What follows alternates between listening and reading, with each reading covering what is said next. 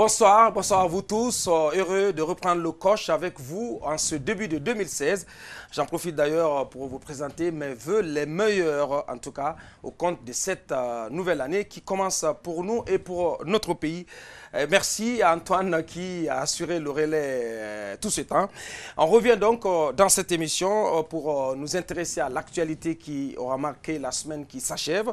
Le président Alpha Condé qui engage sa deuxième mandature, pied au plancher, Swapiti, hôpitaux, ERAM, École régionale des arts et métiers. Il enchaîne les poses de premières pierres comme résolu à dédier son second et dernier quinquennat au grand projet de développement. Pour y arriver, un nouvel attelage gouvernemental marqué d'une part par l'invasion, on va dire comme ça, des jeunes et des femmes, des quadragénaires pour la plupart, d'autre part par le départ de plusieurs dinosaures. Au cabinet présidentiel aussi, Alpha Condé fait le ménage dans la maison, exit Dr Mohamed Diané, désormais aux commandes des forces armées guinéennes, remplacé par le grand taiseux Ibrahima Khalil Kaba.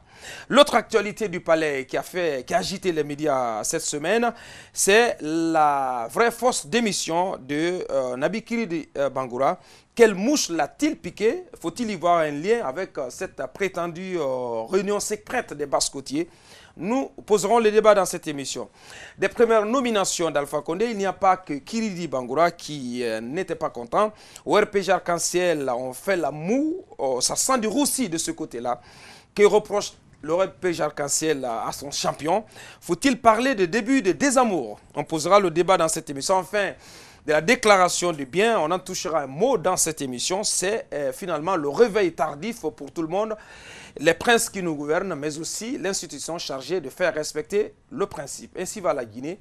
Bienvenue à tous. Pour faire le débat, nous avons invité pour vous sur ce plateau Talibé Barry, il est de la radio City FM et du journal La République. Bonsoir, M. Barry. Bonsoir, M. Diallo. Également sur ce plateau, à ma gauche, M. Mamadou Ouri Diallo, il est journaliste à Gangan TV. Bonsoir, Diallo. Bonsoir, avocat. Bienvenue dans cette émission. Sur ce plateau également, à l'extrême droite, Lamine Monument Sissé de la radio Djigui FM et du site mosaïqueguinée.com. Bonsoir, Lamine. Oui, bonsoir et bonsoir à tous les. Bienvenue, M. Sissé. Et à l'extrême droite, Moussa Djoumessi, il est consultant.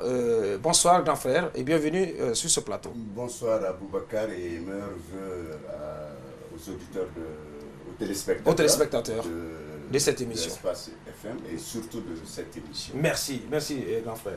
Alors, pour ouvrir forcément une minute de silence à la mémoire de Georges Gandhi Farragué, ce grand homme politique de la Guinée qui donc a tiré sa révérence. Également une pensée pour notre consoeur Mariama Kouta Diallo qui s'est éteinte vendredi soir.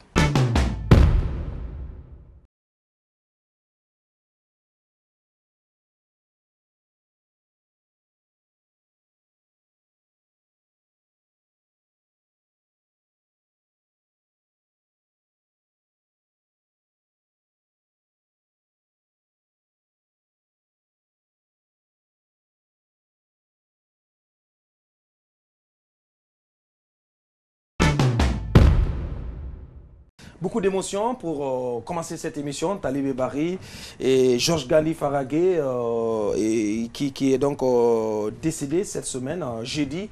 C'est contre toute attente. Cet homme qui jusqu'au dernier moment, jusqu'à son dernier souffle, a pensé au progrès de son pays, a fréquenté, a arpenté des plateaux de télévision et de radio, pour expliquer comment la Guinée devrait prendre son envol économique, comment il devrait s'inscrire dans ce grand train de développement.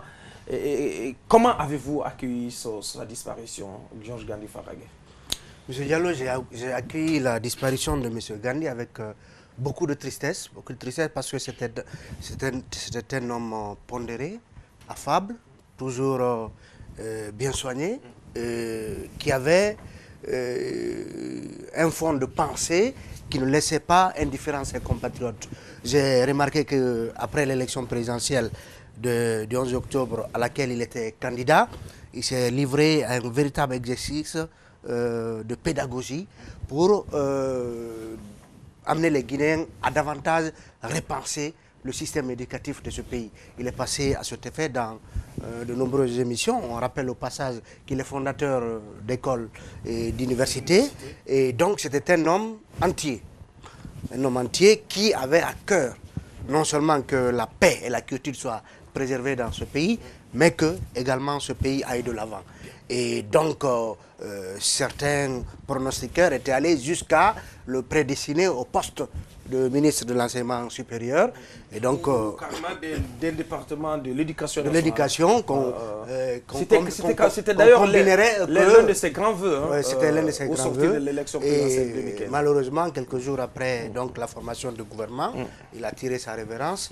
Nous ne pouvons que en exprimer notre tristesse et dire que la Guinée perd en Gandhi, un de ses fils les plus valeureux, que Dieu accueille son âme et dans son paradis éternel. Merci. Un petit mot là-dessus, Lamine Mounima Cissé. Vous avez connu l'homme, je vous ai eu au téléphone, vous m'expliquez que la veille, vous l'avez eu au téléphone dans votre émission que vous animez sur Guigui FM et qui s'appelle Le Quotidien. Oui, moi j'ai été très abattu par la disparition de Gandhi, parce que 24 heures avant cette mort annoncée, j'étais au téléphone dans mon émission, comme vous l'avez rappelé, avec ce candidat malheureux à la dernière présidentielle. On revisitait l'actualité et comme il sait le faire, avec beaucoup d'humilité et également avec beaucoup de sagesse. Donc il donnait sa contribution, il parlait de cette actualité, il analysait cette actualité. Et donc j'ai connu l'homme pendant très longtemps, je l'ai côtoyé. Et il faut rappeler d'ailleurs qu'il est aussi le président du district A1 du lyonisme. C'est un humanitaire de nature, Gandhi Faragé, et c'est pourquoi moi je ne l'ai pas bien accueilli dans la politique que nous connaissons, qui se trouve être un monde des hypocrites pour la plupart. Alors, Gandhi, il était homme, il était sage, les mots sont indicibles pour exprimer l'émotion que nous avons aujourd'hui. Je vous étrangle ce soir sur ce plateau. Doyen Dioumessi, vous avez connu l'homme, qu'est-ce que vous retenez de lui? C'est vrai que j'ai connu Gandhi il y a très très longtemps et j'ai eu le privilège également de travailler avec Gandhi dans plusieurs domaines. Il faut rappeler simplement que Gandhi est arrivé en Guinée à travers le programme Top 10. Gandhi s'est lancé très tôt, n'est-ce pas, dans le système éducatif guinéen. Il était très motivé, très ambitieux sur le plan académique et surtout à la promotion du secteur éducatif guinéen.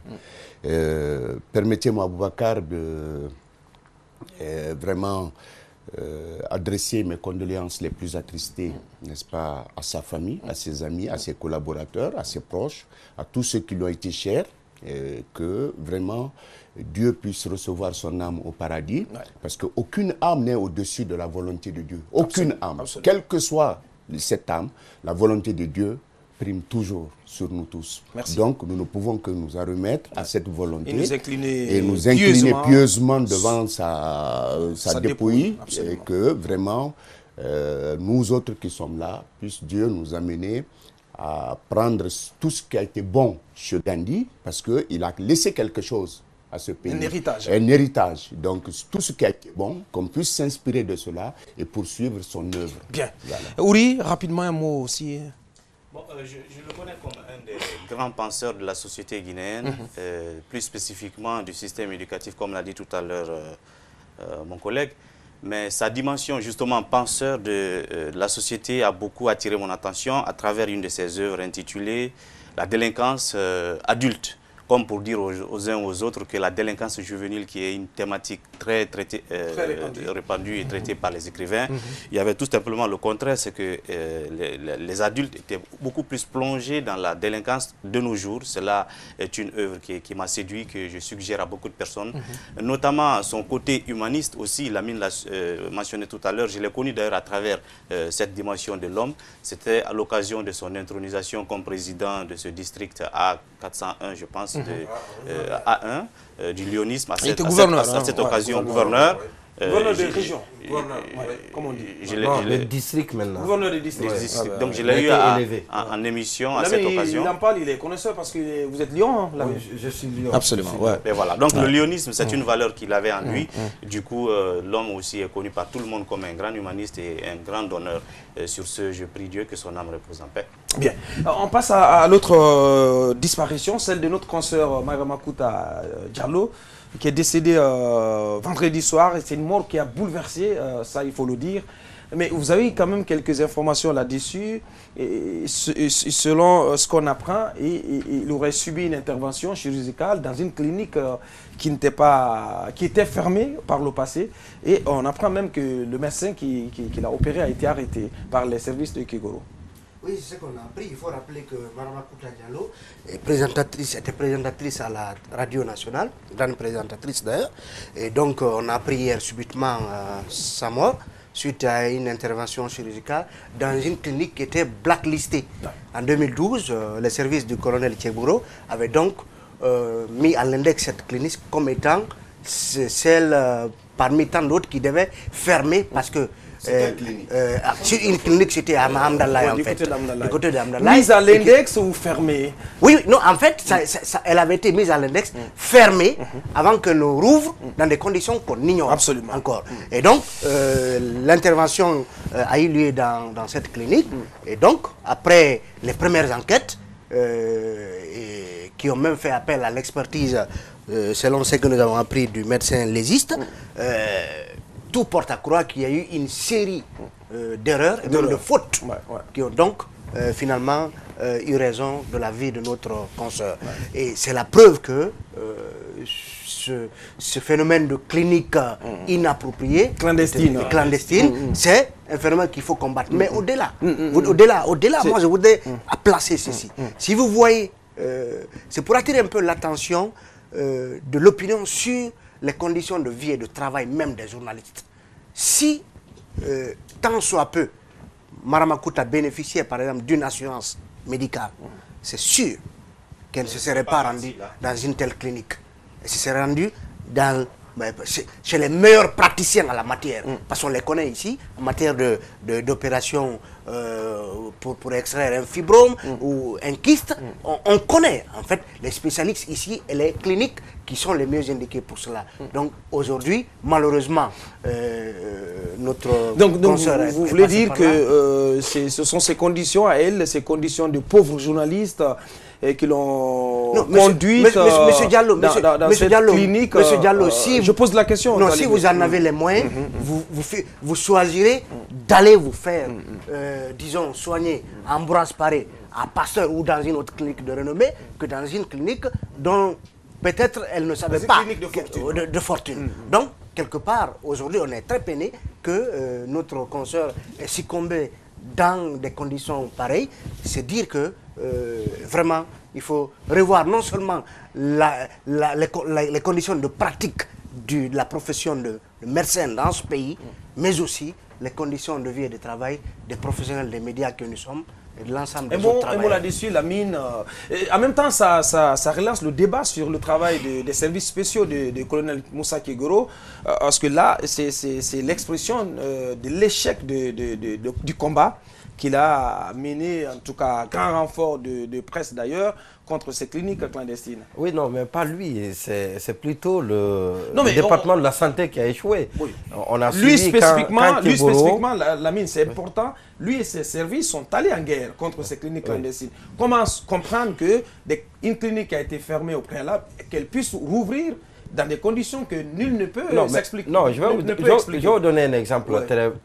C'est le manque de suivi, quelque part. Je vais vous donner un exemple très palpable. C'est-à-dire que quand Kegoro a entrepris la chasse aux pharmacies, par télé, illicite, il est arrivé que des herboristes qui érigent des barques dans les quartiers, qui se font passer pour des grands guérisseurs, avaient des agréments qui sont signés par les cadres du ministère de la Santé. Ouais. Alors, comment pourrait-il... Et à un moment d'ailleurs, ces cadres se sont levés contre... Ces cadres se sont levés contre Keboro. Les régis par... Ces cadres se sont... Non, mais je vous explique... Les réglementés. Non, je vous dis que ce n'est pas au niveau de Keboro. Vous savez, quand vous trouvez une clinique qui a tous les documents qui sont signés par la tutelle, par l'autorité tutelle, mais comment voulez-vous que Keboro vienne pour arranger ce qui est illégal?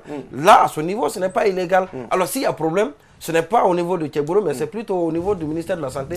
Et c'est ce qui est nombreux dans ce pays. Et moi, je voudrais, d'abord, mes condoléances les plus attristées à l'endroit de la famille biologique de l'illustre disparu, mais aussi à la RTG, sa famille professionnelle. À l'ensemble de la presse guinéenne. À l'ensemble de la presse guinéenne. Mais moi, je souhaiterais que cela soit un déclic. Parce qu'il y a des morts anonymes dans les conditions similaires à l'intérieur du pays. J'en connais beaucoup, assez, par la faute de ces médecins, par la faute de ceux qui se font passer pour des médecins, et parce qu'il y a des biologistes à l'intérieur du pays qui passent aux interventions chirurgicales, qui se construisent des soi-disant cliniques pour malheureusement faire passer des gens à la boucherie. Alors, moi, je voudrais que cela soit un déclic et que le ministère de la Santé puisse prendre le problème à bras le corps et voilà donc et changer la donne. Purger la santé de ces personnes nuisibles. Bien. On va essayer de passer carrément à la Cour des comptes. On entre dans le vif du sujet. Vous êtes économiste, doyen Djoumessi. Vous avez appris le décret, le président a pris le décret de nomination des membres, des conseillers maîtres de la Cour des comptes. Donc c'était l'une des institutions qui tardait à se mettre en place. Comment avez-vous accueilli ce décret? Sincèrement, je suis très heureux que finalement... Qu'est-ce que ça va changer? Qu'est-ce que ça devrait changer normalement? Parce qu'en Guinée, il faut éviter de tomber dans l'illusion du progrès, dans l'illusion, si vous voulez, de tomber dans l'enthousiasme.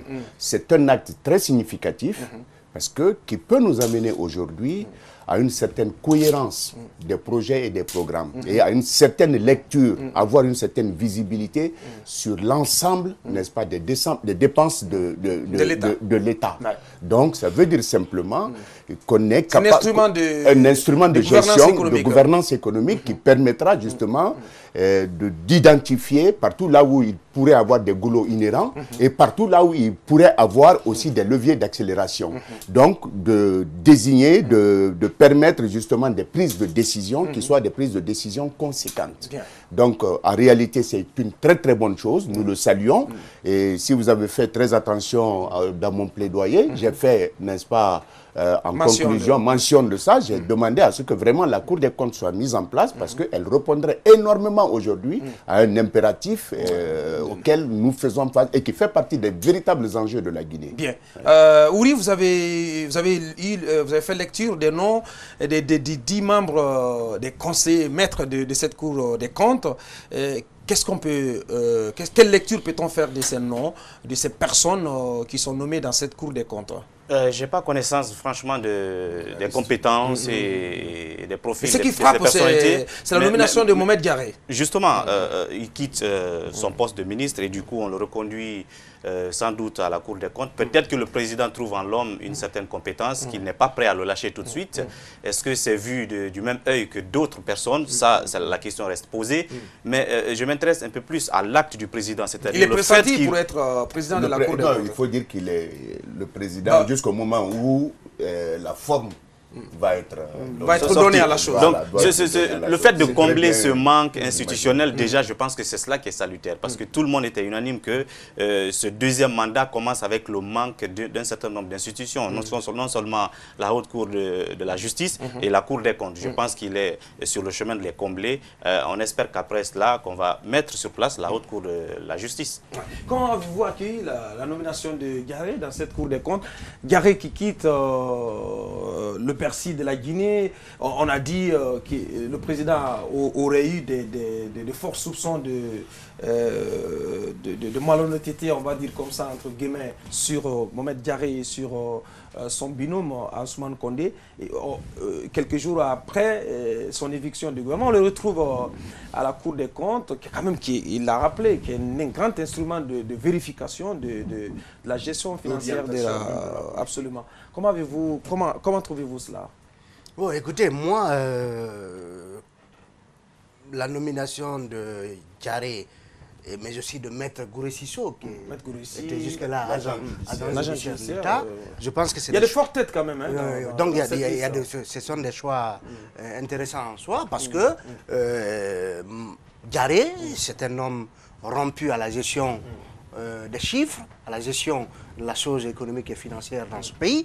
Et donc, le profil, à mon avis, s'il venait à être donc désigné par les autres conseillers maîtres, ce serait un choix intéressant, parce que ce n'est pas un novice qui se retrouverait à gérer quelque chose qui lui est étranger. Et donc, ce choix, à mon avis, il répond à des calculs, à des critères que le président a dû, disons, étudier avant de désigner quelqu'un comme Diaré. Et aujourd'hui, je pense que, comme le doyen l'a dit, il faut se féliciter qu'enfin, cette institution puisse voir le jour, parce que elle était prévue dans la constitution guinéenne qui a été élaborée depuis 2010. Donc, le président Alpha Condé, c'est après 5 ans d'exercice qu'il a jugé nécessaire de faire mettre cette institution en place. Et donc, son rôle de vérificateur des comptes de l'État, son rôle de vérificateur des dépenses de l'État, parce que l'une des choses dont on se plaint souvent, et ce jusqu'à la base, c'est la non-transparence, la non-lisibilité de ce qui est fait, de l'argent public, de ce qui est fait des biens publics. Et donc, cette institution aura fort à faire, puisqu'il faut, dès son entrée en place, sa mise en place, donner des signes qu'elle fera le travail qui est attendu d'elle par le peuple et par le président de la République. Bien, Lamine, un mot là-dessus, un mot sur cette Cour des comptes, sur la composition de ses membres. La mise en place en soi est une bonne chose, mais il y a doyen qui a rappelé quelque chose d'extrêmement important. C'est que dans notre pays, il y a très peu, très rares sont ces institutions qui marchent normalement, qui fonctionnent normalement. Nous connaissons les prérogatives dévolues à l'institution, qui sont flatteuses, qui sont très importantes à mon avis. Mais est-ce que cette institution sera capable de combler cette attente? C'est la grosse question, parce que celle existante déjà ne me donne pas entière satisfaction. Alors, les personnes qui composent l'institution, moi je n'ai rien contre Diaré qui est un grand économiste, mais il y a une contradiction entre ce que le président a fait et l'acte qu'il a posé hier. J'ai été surpris de voir Diaré, je n'ai rien contre Diaré, c'est un grand économiste, je l'ai rappelé, il a été ministre de l'économie, mais d'après les informations que nous avons apprises sur l'homme et sur le départ de l'homme dans le gouvernement, moi j'ai été surpris de le revoir dans cette équipe. En tête de liste. En tête de liste. C'est Alpha Condé. Ça fait tout de même zazer un peu. Voilà, justement. Donc Alpha Condé seul est capable de nous expliquer pourquoi il a fait. Et c'est vraiment... Ça reste de l'ordre de l'énigme. Je voudrais juste rappeler très rapidement que cet instrument de gestion permet d'améliorer la gouvernance globale. Bien. Deuxièmement, elle permet en réalité une certaine émulation entre l'ensemble des institutions de la République. Parce qu'elle seule peut dire non, cette structure ne fonctionne pas conformément à la déontologie, au principe déontologie.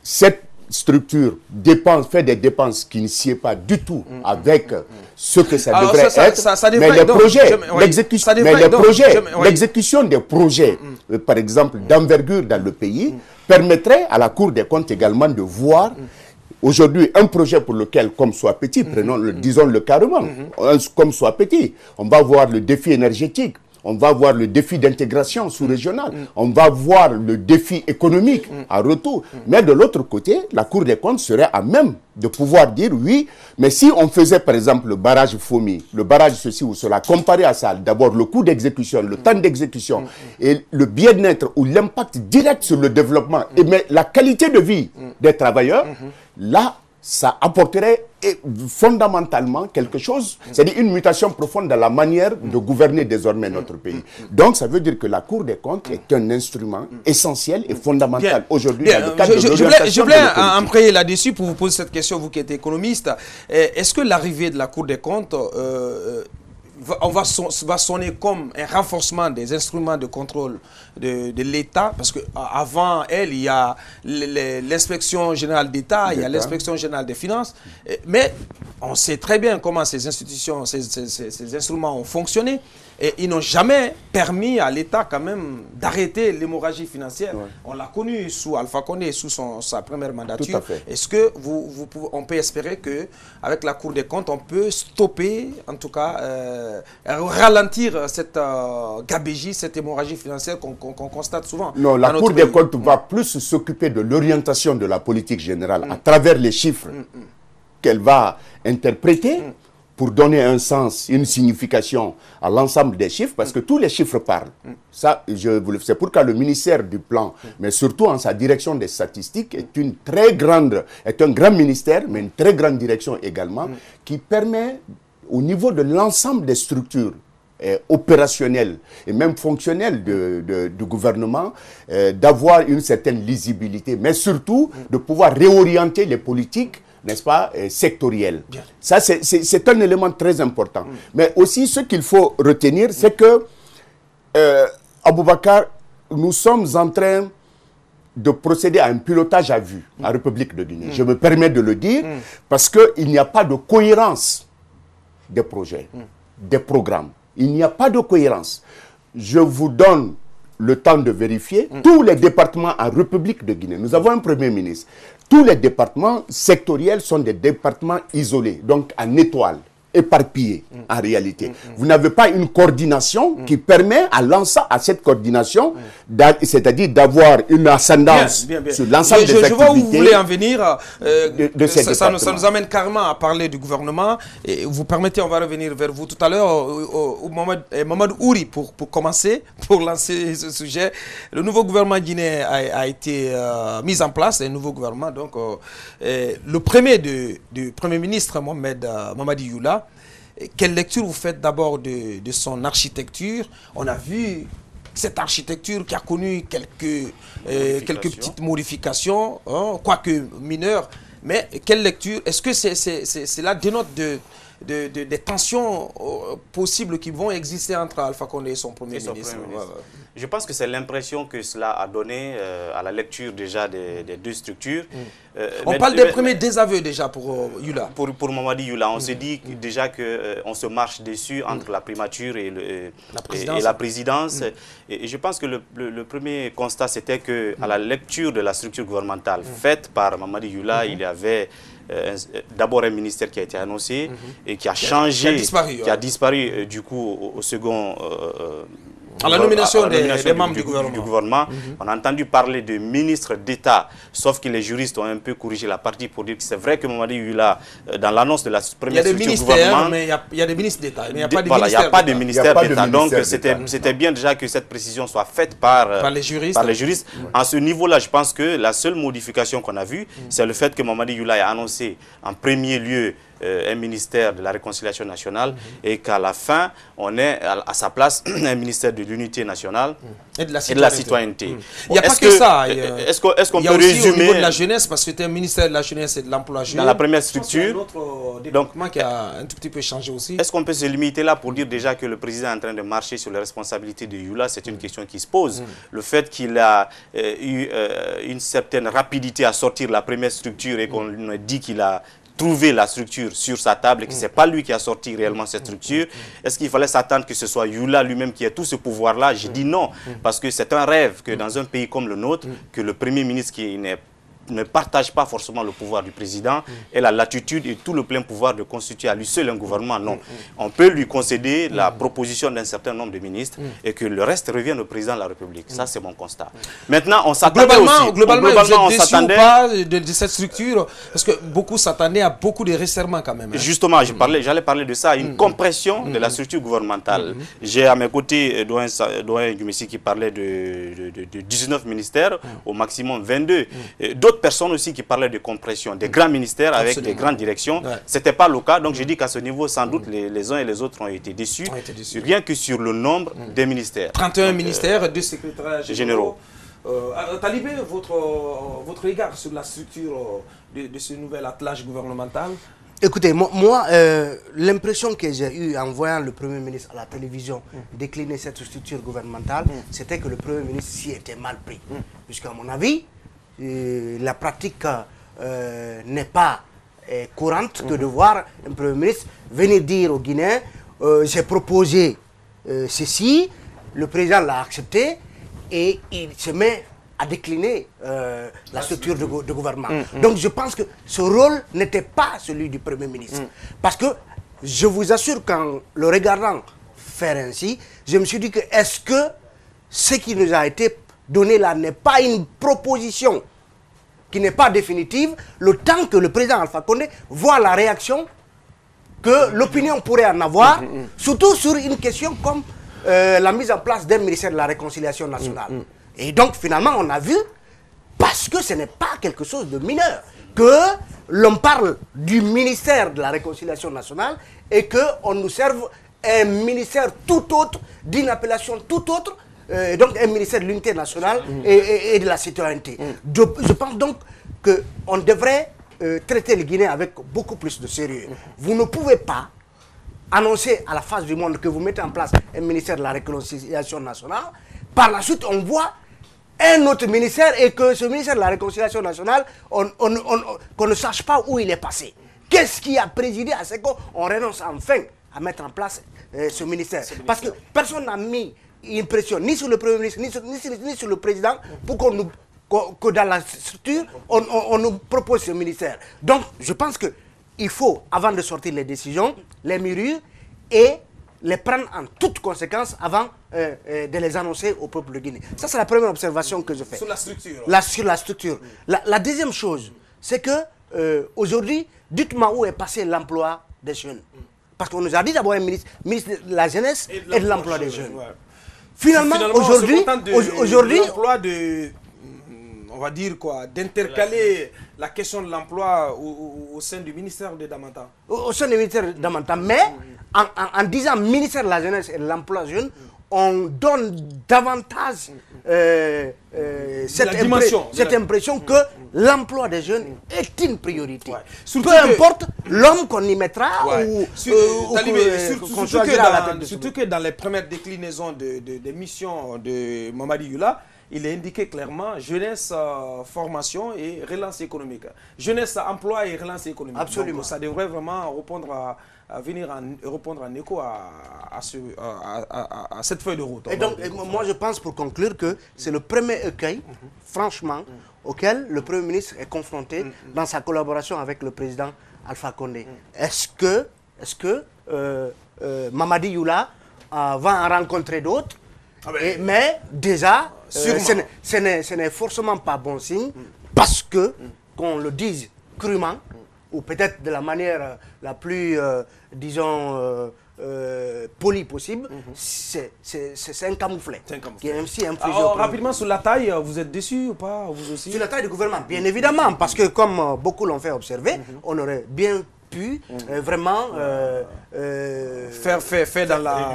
réduire drastiquement. Et on se rappelle, peut-être que ce n'est pas le meilleur exemple, sous Lansana Kouyaté, quand Lansana Kouyaté est venu Premier ministre, il nous avait servi, je crois, 19 ministères et 2 secrétariats. Bien. Je pense qu'on aurait bien évidemment pu se contenter d'une telle taille, mais j'ai eu l'impression que le président de la République était, disons, au milieu d'un faisceau de pression. Donc il fallait bien évidemment céder et prévoir un peu pour tout le monde. Alors, avant de parler des hommes qui composent ce nouveau gouvernement, Mohamed Lamine Monima Cissé, votre réaction sur cette structure, cette architecture gouvernementale? J'ai la même impression que les précédents intervenants ici autour de ce plateau.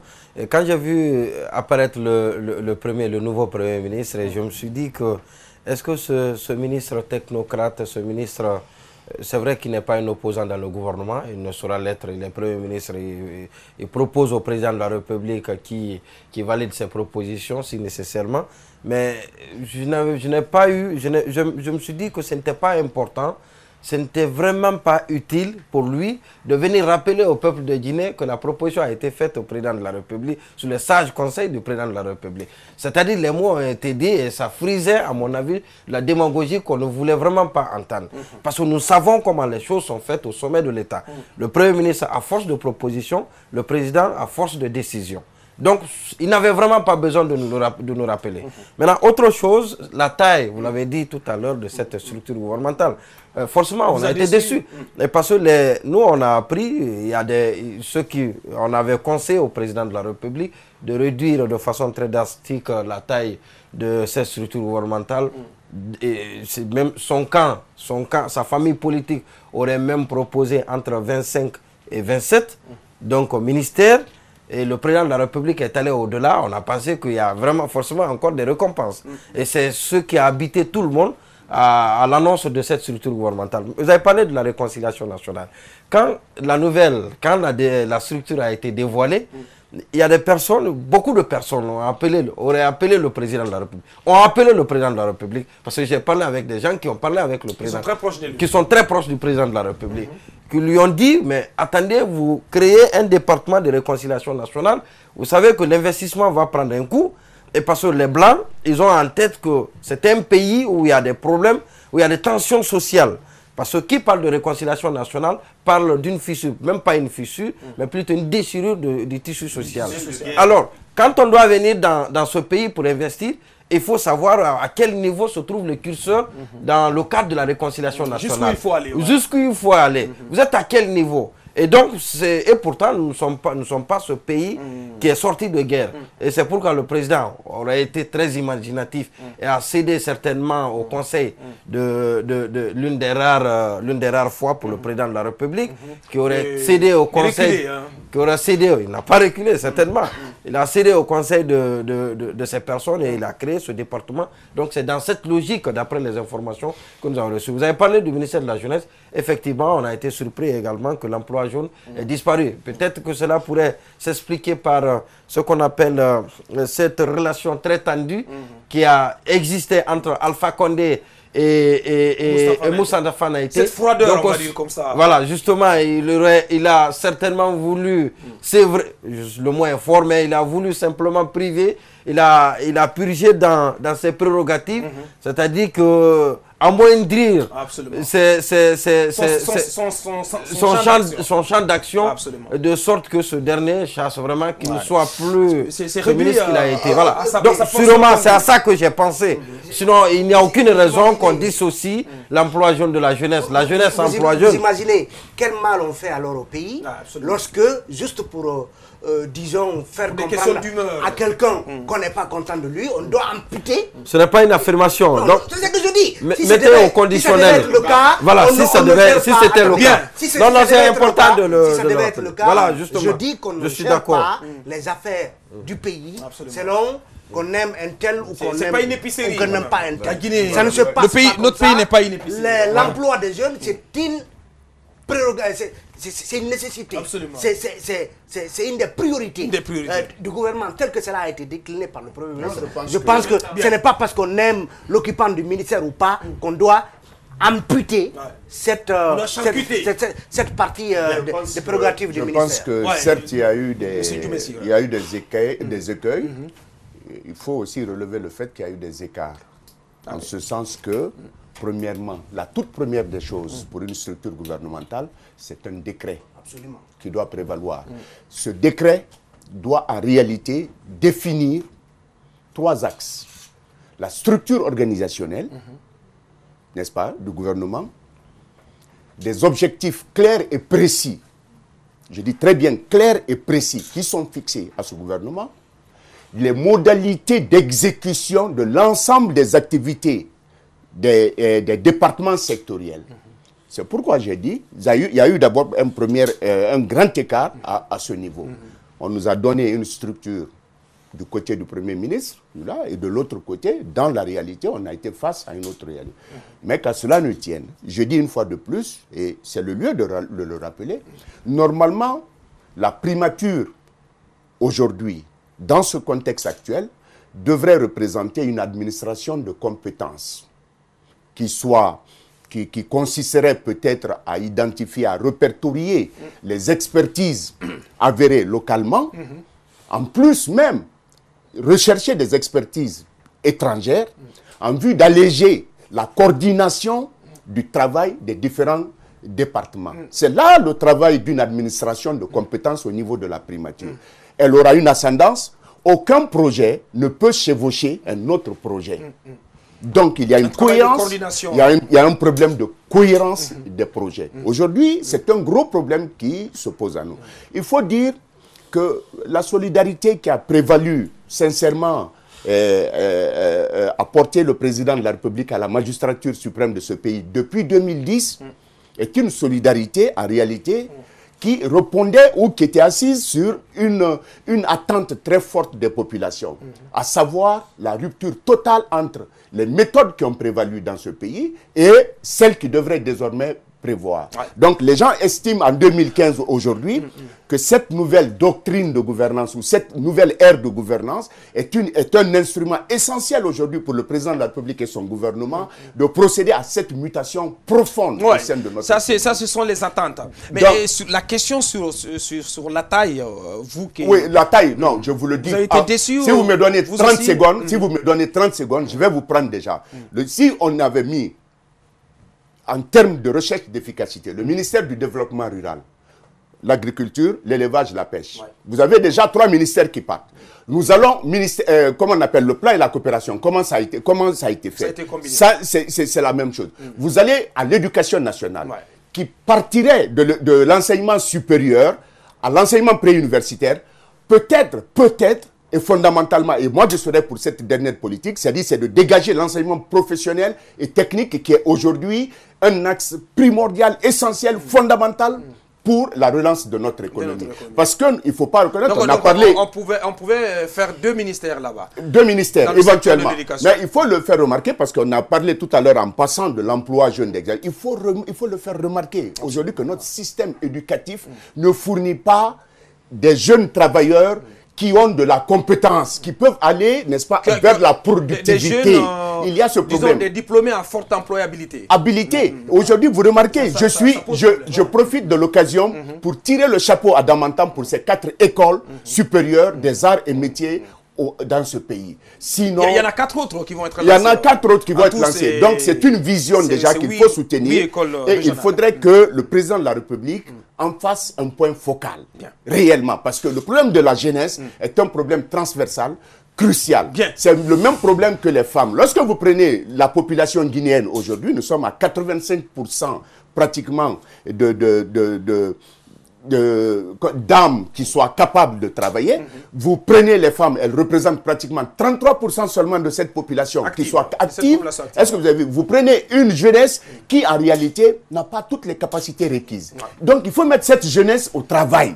Vous êtes déçu ou pas de la disparition de l'emploi jeune? Non, je pense qu'on peut, en matière de management, on a toujours la capacité de réorienter les politiques. Donc lorsque vous avez mis une stratégie en place et que cette stratégie, vous voyez des indicateurs qui ne soient pas des indicateurs de performance, vous pouvez rattraper cette stratégie en vue de la réorienter pour l'atteinte des objectifs.